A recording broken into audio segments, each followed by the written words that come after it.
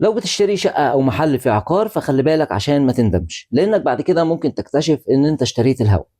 وده لو عقد البيع بتاعك مفهوش بند صريح إن ليك حصة في ملكية الأرض المقام عليها العقار وسطح العقار والأجزاء والمرافق المشتركة.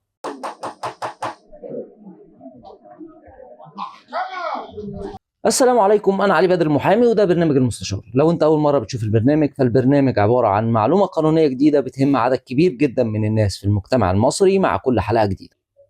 وانت بتشتري شقة او محل في عقار لازم يكون عقدك فيه بند صريح بيقول ان ليك حصة ملكية شائعة في الارض المقام عليها العقار وسطح العقار والاجزاء والمرافق المشتركة.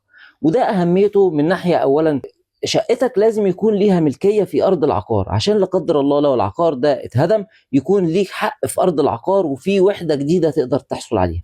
او لو في فكرة هدم العقار واعادة بنائه يكون ليك حق في كده. الحق هنا خلي بالك مش في اللي له وحده، لا، الحق هنا في اللي له ملكيه في ارض العقار. طيب بالنسبه للسطح لو هنا في بند بيقول ان الشقه بيتبعها حصه عقاريه في الاجزاء والمرافق المشتركه، هنا السطح انت ليك فيه، الا لو استثني بنص خاص. يعني المالك حط بند كده بيقول فيه والله انت مالكش ان البيع لا يتضمن بيع السطح، السطح ملك خالص للمالك، هنا حضرتك مالكش في السطح. وده ممكن المالك هنا يمنعك ان انت تستخدم اي حاجه في السطح، يمنعك تحط خزان، يمنعك تحط طبق دش، يمنعك ان انت تطلع على السطح اصلا ويقفله، وكده حضرتك مالكش فيه. لا، ضيف على كده كمان ان هو ممكن يبيعه، وضيف على كده كمان ان هو ممكن يبني ومش هتقدر انك انت تعترض. وخلي بالك ان ملكيه السطح مرتبطه بملكيه الارض. طب ازاي الكلام ده؟ هنيجي نفترض هنا مثلا ان في عقار، والعقار ده فيه 10 شقق، إذا هنا لكل شقة 1/10 من ملكية الأرض.